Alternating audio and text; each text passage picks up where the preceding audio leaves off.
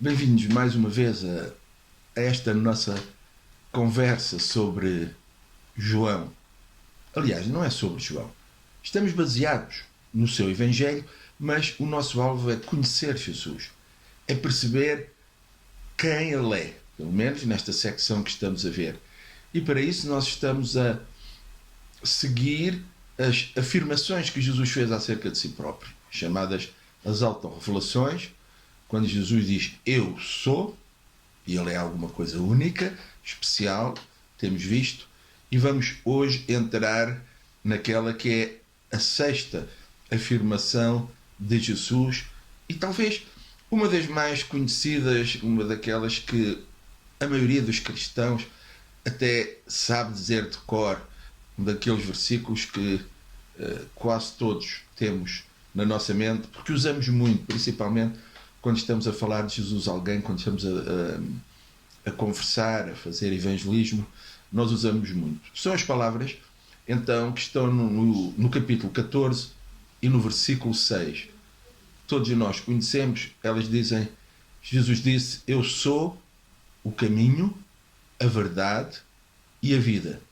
Ninguém vem ao Pai senão por mim. Estas palavras tão interessantes são ditas com um significado muito importante. Jesus apresenta-se mais uma vez como único, que é uma das características de tudo aquilo que ele diz. Ele quer que nós fiquemos com a certeza de que ele é imprescindível, único. Sem ele não podemos, não temos, não conseguimos, não chegamos. Portanto, ele é único. Ele é o único, então, caminho para Deus, é a única orientação para a nossa vida e ele é a base dessa mesma vida. O cristianismo, por causa disto, tem um problema que é muito exacerbado pelos seus inimigos. Eles dizem que nós cristãos somos exclusivistas, somos vaidosos, só nós, só nós, só nós. Não é verdade. Só nós é o oposto do que é o cristianismo. Se alguma fé não tem nada a ver comigo ou com o indivíduo em si, é o cristianismo. Aliás, é o que temos estado a dizer. Jesus é único. Ele é o único meio. Mas é precisamente por essas afirmações de Jesus, quando ele diz eu sou, e só eu sou isto, só através de crerem em mim, só através de crerem no Evangelho, só através de aplicarem à sua vida a obra que eu realizei no Calvário, só por crer em mim é que se tem a vida eterna. Quando Jesus diz só por mim, só eu, então sem dúvida o cristianismo torna-se não exclusivista, mas torna-se uma fé com um único foco e um único caminho, que é Deus, que é Jesus. Nós somos apenas os seguidores, os discípulos, que somos chamados a crer, a receber e a beneficiar, claro. Mas tudo tem a ver com Jesus.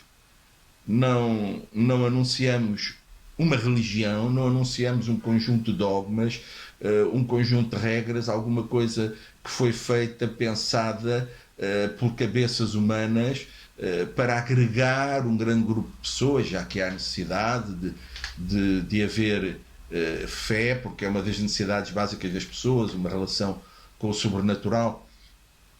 Então, por causa disso, os outros dizem, não, mas vocês acham que só vocês é que... Não somos só nós, só Jesus é que. Só Jesus é que. E ele mesmo diz, só ele é o caminho, a verdade e a vida, e só por ele nós chegamos ao Pai. Então, é por causa disto que nós cristãos temos muita dificuldade com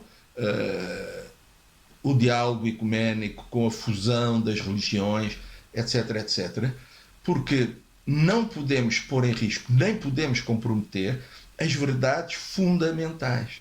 E a verdade fundamental é que só Jesus é que é. E quando, num caminho de comunismo, se começa a dizer, bem, o que importa, usando o exemplo, é chegar ao alto do monte. Agora, cada um chega lá pelo caminho que quer. É mentira. Ninguém chega ao alto do monte pelo caminho que quer, porque para subir essa montanha, que é a nossa caminhada até Deus, só há um caminho, que é Jesus. Todos os outros caminhos levam a direções erradas, levam a sítios errados e perigosíssimos. Então, nós não somos vaidosos, nós não somos exclusivistas, nós estamos baseados, temos a nossa fé, a nossa confiança baseada nas palavras do próprio Jesus. E Ele é que disse que Ele é único, não há outro meio, não há outro caminho. Então, não podemos fundir a verdade das palavras de Jesus com pensamentos humanos, ideias filosóficas, coisas que incluem o poder da mente e meditações, todas essas coisas. Não pode ser. Não pode ser. Não podemos dar a outra pessoa o lugar que pertence a Jesus. Está escrito, diz Paulo, que há um só Deus e um só mediador entre Deus e os homens, disse Paulo a Timóteo.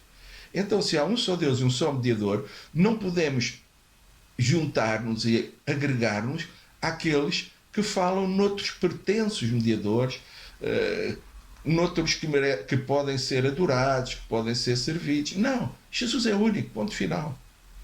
E é por isso que às vezes algumas pessoas têm dificuldade connosco e dizem que nós, cristãos, somos assim, somos assado. Não, nós estamos baseados nas palavras de Jesus, nos ensinos de Jesus. Ele que disse que perante Ele, porque Ele é este caminho, esta verdade e esta vida, o homem tem de tomar decisões. Mais uma vez, somos chamados a escolher se estamos com Jesus, se queremos em Jesus ou não.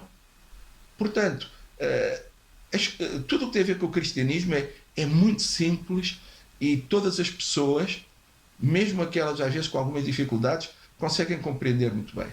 Creio em Jesus e aceito que Ele é único e que fez uma obra única para me dar uma salvação que me vai levar ao Deus único e verdadeiro, ou não quero. Prefiro outra fé, outro caminho, prefiro colocar a minha confiança noutra pessoa. Esta é a base em que nós nos movemos. Ou somos por Jesus, ou somos contra Jesus. Jesus também, no seu ministério, também uma vez colocou isto em termos de quem é contra nós ou quem é por nós. Então temos que ter esta noção muito clara. Isto também condiciona-nos a não podermos deixar de fazer evangelismo, porque se Jesus é único, as pessoas têm de ter a oportunidade de conhecê-lo, de ouvir acerca dele e acerca daquilo que ele fez.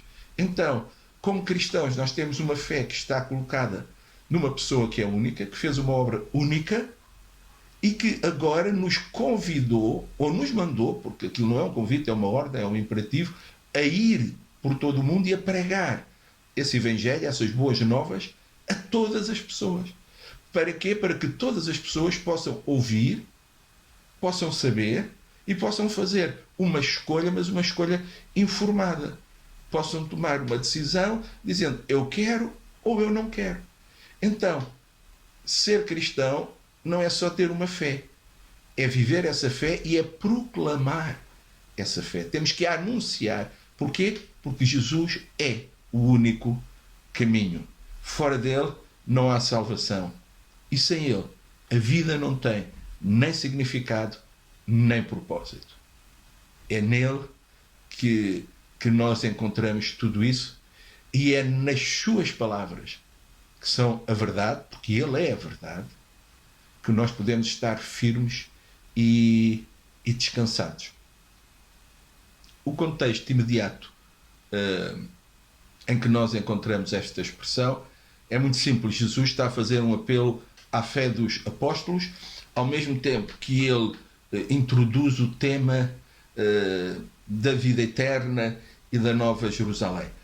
Este é o primeiro dos 3 grandes discursos finais de Jesus, e eles só se encontram no Evangelho segundo São João, o fim do capítulo 13 e o capítulo 14, depois o capítulo 15, depois o capítulo 16, 3 discursos em 3 lugares distintos, onde Jesus abre o seu coração para os discípulos, em que Jesus conversa com eles sobre coisas que são importantíssimas. Um deles aqui em Betânia, o segundo de Betânia para Jerusalém e o terceiro no Jardim das Oliveiras, quando Jesus fala com eles e tem também uma revelação extraordinária. Até ali Jesus tinha falado para todas as pessoas, inclusive para os discípulos e apóstolos, mas agora, porque ele sabe que está chegado o momento, ele sabe que a hora de morrer está aí, então ele vai dar as instruções finais. E estes discursos são discursos privados que ele tem apenas com os seus e são as informações finais. E este primeiro tem a ver muito com a eternidade e Deus.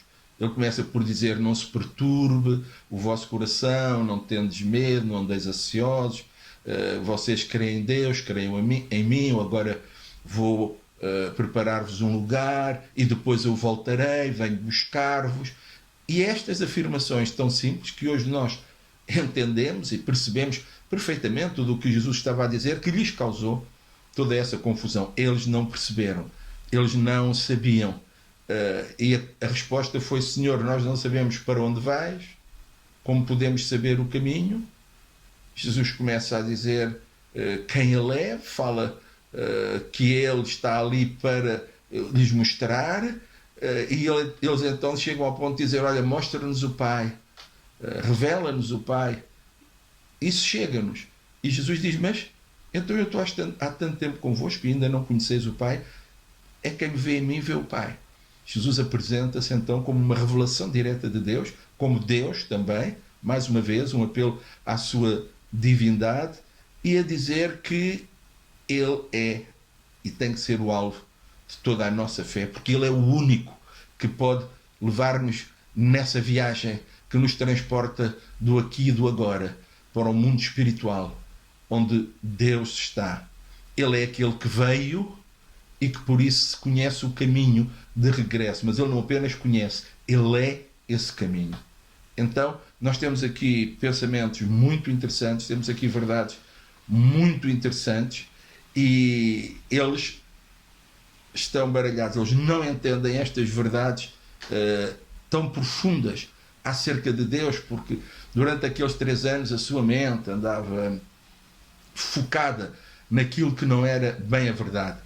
Tal como os seus contemporâneos judeus, eles tinham uma ideia errada acerca do Messias.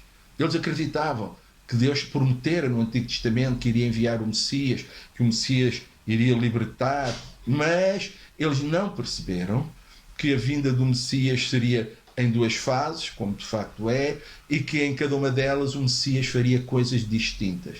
Então, porque desde o ano 64 a.C., toda aquela zona da Judeia, Galileia, tinha sido conquistada pelos romanos e estava debaixo do jugo romano, como já vinha de estar debaixo do jugo dos medo-persas, depois dos egípcios, dos assírios, e agora finalmente debaixo do jugo dos romanos. Para os judeus aquilo era uma tragédia impensável, porque eles, sabendo que era o povo de Deus, então para eles ter a sua terra dominada por estrangeiros, por gentios, não poderem viver na sua aparente teocracia, porque ela já não era real, então aquilo fazia-lhes muito problema, aquilo dava-lhes muita... constituía para eles uma razão de grande tristeza. Então qual era a expectativa deles? A expectativa deles é que o Messias viria para libertar, para tirar os seus inimigos, para restaurar o reino e a nação de Israel. Quando Jesus começa a dizer que agora vai para o Pai, regressa ao céu, etc, etc, o mundo deles cai. Então, mas como é isto? Então ele vem para nos libertar, ele é o Messias ou não é? O que é que ele vem fazer? O que é que ele vem tratar? E é nesta situação e neste contexto que Jesus tem que lhes explicar tudo isto, e eles mesmo assim não entenderam, senão depois da ressurreição de Jesus é que as coisas começaram a fazer sentido para ele. A verdade para eles, a verdade é que também nós precisamos de ter este conhecimento, esta revelação, precisamos de saber que não podemos aceitar nenhuma outra escola de pensamento, nenhuma outra filosofia, porque há apenas uma verdade, que é Jesus e os seus ensinos, é o Evangelho, é a palavra de Deus. Paulo diz que esta palavra é inspirada, e ela sim é proveitosa para nos ensinar, para nos corrigir, para nos instruir, para que nós sejamos os homens e as mulheres perfeitos, como Deus quer que nós sejamos. Então, cada um hoje pode escolher o seu caminho. Nós, cristãos, nós, filhos de Deus, somos chamados a ficar no caminho certo. Só Jesus é esse caminho. Venha quem vier, seja ele o melhor pregador, aquele que vem com mais milagres e com mais revelações, não importa nada disso. O que importa, e é por aí que nós temos que ver quem eles são, é pela fidelidade à palavra e à revelação que nós temos na Bíblia Sagrada.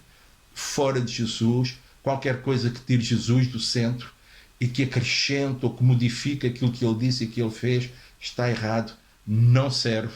Só Jesus é para nós o caminho.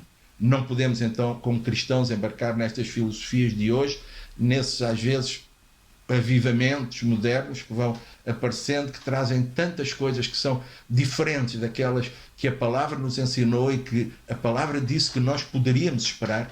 Então nós temos que ter cuidado para ficarmos firmes em Jesus.